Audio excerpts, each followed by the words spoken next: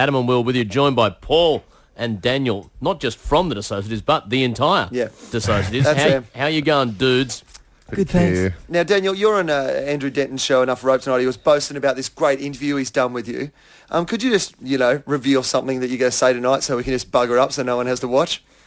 Yeah, let's move on with the interview and I'll think of something that can totally ruin it. What about you, Paul? If you were going to be interviewed by Andrew on Enough Rope, what would be your big revelation that'd make the newspapers the next day? I'd just simply not do it, I reckon. He's too scary, Denton. He goes there. You'd no-show. Yeah. You'd show and then just walk out? Yeah, I reckon. Now, you guys are playing your first ever live gig, Dissociatives, together tomorrow night in Hobart. We're 36 hours out. How are we looking? We're looking good. Yeah. We're excited as ever. We did our last rehearsal on Friday, and it was the best one yet, so hopefully it's going to continue. What's the rehearsal process? Do you guys, from your first rehearsal, sit down and just try and play an entire set, or do you just piss around a bit together? How do you actually rehearse? You start with the easy songs, right? The ones that are sort of more easily copable, and then you get this sort of false sense of security, and then you sort of up it to the next level of difficult song, and then, And then, Daniel, do you want to try whistling? I told you! What about the actual stage show itself? Is it this stage? Is it like just remembering the songs and learning the songs, or you've got to remember where the fire bombs go off and not to stand next to there. When my keyboard gets raised into the air, all of that sort of stuff. Which songs the big purple dragons come down for? That sort of stuff. Totally. Which song that the stage actually closes in and becomes a skage. Really? so as to contain us like animals and then tip the venue upside down, keeping the punters upward. Sure. That's always an interesting trick. That's tomorrow night in Hobart. Should be quite a show. You guys? That's why the tickets are $370 each. Yeah. But only for Hobart. Yeah. And you've got to sign this public liability thing before you go in and all, but it's going to work out. Is it though scary, because obviously you both perform live yourselves, but when you're doing something brand new like this, it must be exciting, but it must be kind of terrifying as well. I think it's exciting. It's exciting. I'm not terrified. I'm really excited about it. I think I'm excited by how terrifying it is, but it is really exciting. It's because I don't think we would put ourselves up there for that kind of scrutiny if we didn't think it was decent. Did you always plan for it to be a live act as well as a recorded act? No. You just sort of one at a time. Like just you make your album and make it as most beautifully as you can, and then it's like, actually, if we had a cool band, we could take this on the road. Have you seen enough of each other now during these rehearsals and working together, if it happened to? Because you've got certain trademark moves and attitudes and poses on stage, Daniel. You've got the same, Paul. Could you do a decent impersonation of each other, if needed? Because you strut, Daniel. You really hold. Yeah, no, I've been told I strut. Which is beneficial on a large stage, especially in some of those hard European summer festivals. Exactly. We need to make the most of being on at 10:30 in the morning. Exactly. If you're not strutting, you got nothing. Yeah, exactly. Exactly. If you're not strutting, you got nothing. That's my new T-shirt. But I think I can do a reasonable impersonation of Paul, but it's kind of going to be lost on the listener, isn't it? No, it's all very visual. Is it one of those situations, have you both been sort of on the same track, even from the start when you started making the music, have you been going in the same direction, or do you have those moments where the ideas that both of you were bringing to the table were really different and you had to kind of... Well, we always every idea that we brought to the table was really different, but the reason that we wanted to do it is because every time I'd worked with Paul and he'd come up with an idea, I'd think I would have never done that. It's not where my brain is, and same for likewise. me with Paul. So we just, every time Paul came up with an idea, if I didn't agree with it, that generally meant it was a good thing and we should do it, and vice versa. But that's pretty hard to do. How do you trust yourself to go when you initially react to an idea that's not your own idea, to go, okay, I'm going to trust that, rather than saying, that's a bad idea, I won't do it? Because it's not about if it's a bad idea, it's a bad idea, and you don't you don't go there, you get an instinctual feeling that you're not going to be able to contribute anything to that. But if there's an idea such as Paris circa 2004/05, that was kind of Paul's baby on the record, that I was like, what do you do with that, dude? It's going to be horrible. He's like, Did you use the word horrible? I mean, I was crushed. But I mean, it wasn't because it was a horrible idea. I'm not privy to that side of music. Paul gets stuff and cuts it and makes something magic out of what I thought to be the worst bass line I've ever written in my life. Okay, so and then he made it beautiful. Daniel said his moment, was there a moment that came from Daniel that you had the same reaction to, Paul? Yeah. I mean, and also, like, it's more... It's more the sort of, not one particular idea, but Daniel will do stuff and it's like, man, does it really need to be that complicated? Can we take 17 of the sections out of that song and just have a good 3? You know? Paul Max there just occasionally just go, dumb it down, dudes. Let's just dumb it down. No, I just want to trance out. The less movement, the better the trance. Yeah. Paul's Captain Pop, Captain Trance, and they usually go together.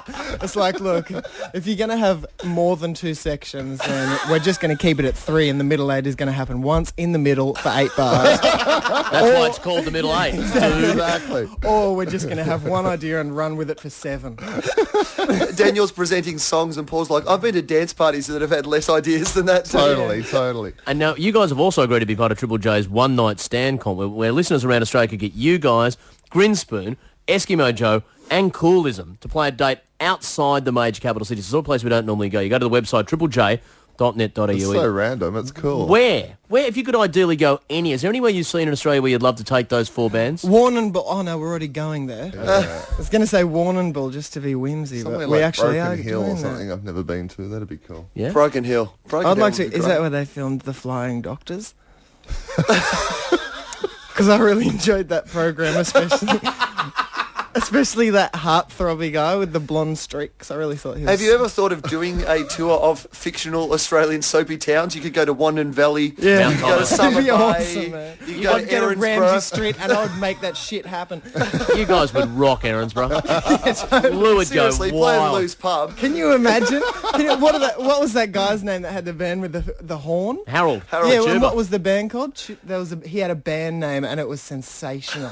And the guy that lived with him was the guitarist. Yeah. And they had a band. It was like called Tuba Erotica or something. Oh, we could have it presented by like that radio station with the sort of disabled blind people that run it, on that ABC one. That's never gonna work. Look, they're all ideas, Daniel. Throwing it out there. There's no such thing as a bad idea. Well, you get a gut reaction to a bad idea. Yeah, and, well, I think you're talking Raw FM from a That's few the years one, ago that's now. the one. Oh, okay. Now, why don't we play something off the album that we might not have heard yet? What are we going to take this out with? Your choice. I think the most appropriate is Horror with Eyeballs after that conversation, Okay. which kind of led nowhere but was interesting nonetheless. I'm glad you enjoyed it. Thank you. they're No, amusing. you guys are great. I'm talking out. This isn't our time. Daniel now does his own reviews. Now, this is actually DVD commentary on our interview. Oh, right, okay. Thought the interview was going well until this answer. I Hi, thought our Dan- ansers were slightly directionless and pointless, and Hi, why this is did we Daniel get Johns, up so early to the answer director of the interesting piece. questions in such a boring manner? For the kid? It is 17 to 9 on the Joes. We'll have a look at the weather after this. Here's Horror with Eyeballs. Okay, so One Night Stand competition, triplej.net.au, the details. Check out the tour dates. They kick off tomorrow night in Hobart. Hobart expecting fine weather conditions, Perth expecting rain, Queensland should be spectacular but perfect the next day, and Newcastle's looking fine as well as Sydney. Thank you. Alright, so we're back on the airwaves. This is community radio. That was Horror with Eyeballs.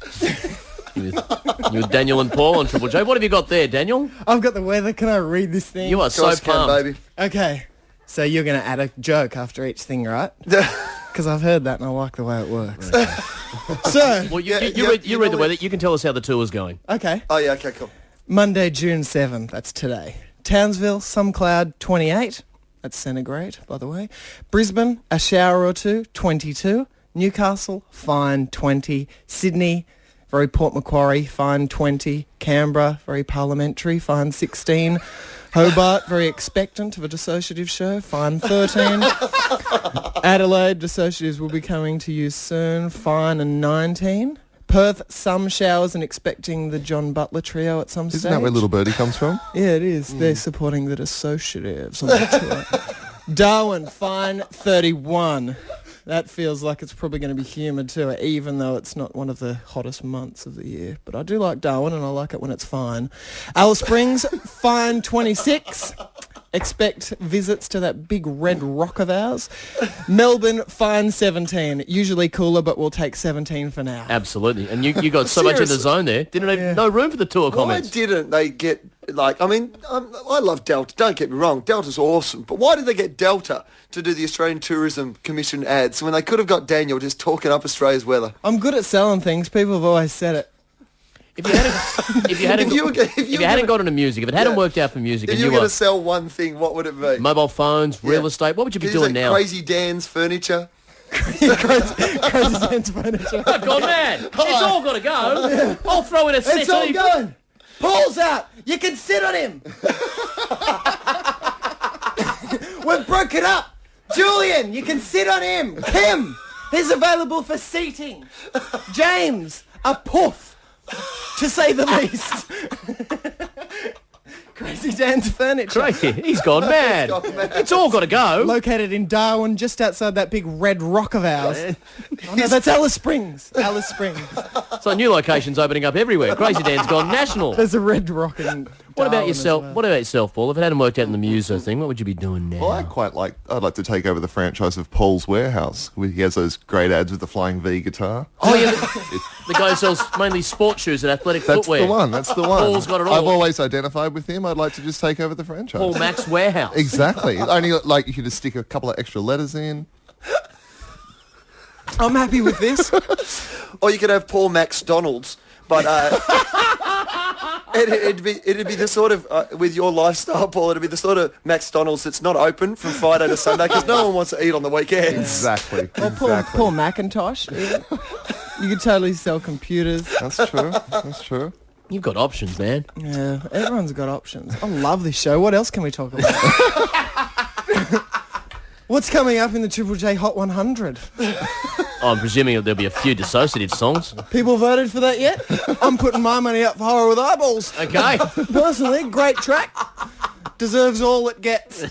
Let me ask you a question. Did you ever, at the height of the Silverchair gig, did you ever ring up and vote for yourself in the Hottest 100? No, I didn't. I thought it was a pointless exercise in frivolity. Have you ever voted for anything? Have you ever voted in My Restaurant Rules or Big Brother or... No, but when I was little, the Agro's Cartoon Connection. Yeah. I was little, and there was this truck which was also a tractor. And I thought, well, that's pretty interesting, and it's called Digger Dan. Yeah. Is there a more appropriate toy for little Johnsy sitting in Newcastle with parents that won't buy him a Christmas present? I don't think so. I'm entering the competition. I'll get it for free if my dad won't buy it. What did you have to do? Just how much I want to dig it down and why it's an appropriate toy for me. Did you win it? Yeah, bloody oath I won it. And I got all the extra stuff and I was out digging and I had a dog called Zach and he was watching me and we were building castles of dirt. Spectacular. Can you Bet Andrew Denton didn't get this story out of him. that's an exclusive. But you didn't get this one, Denton. Yeah, what do you think of that, Andrew? Do you remember what you said about how much you wanted Digger Dan? I was just like, my name's Dan. I was only 7. So.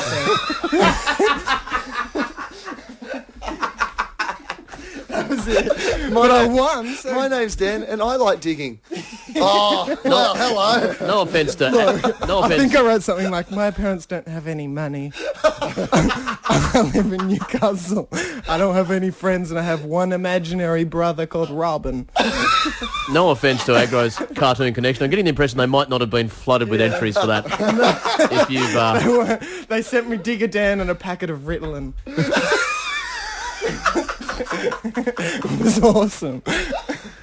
It's 6 to 9 on Triple J. Okay, so tomorrow night, Rest Point, Sandy Bay, and then Wednesday night, the Princess Theatre in Launceston, and then dates around the country, triplej.net.au. Get along, and just in between songs, just shout out, Digger Dan!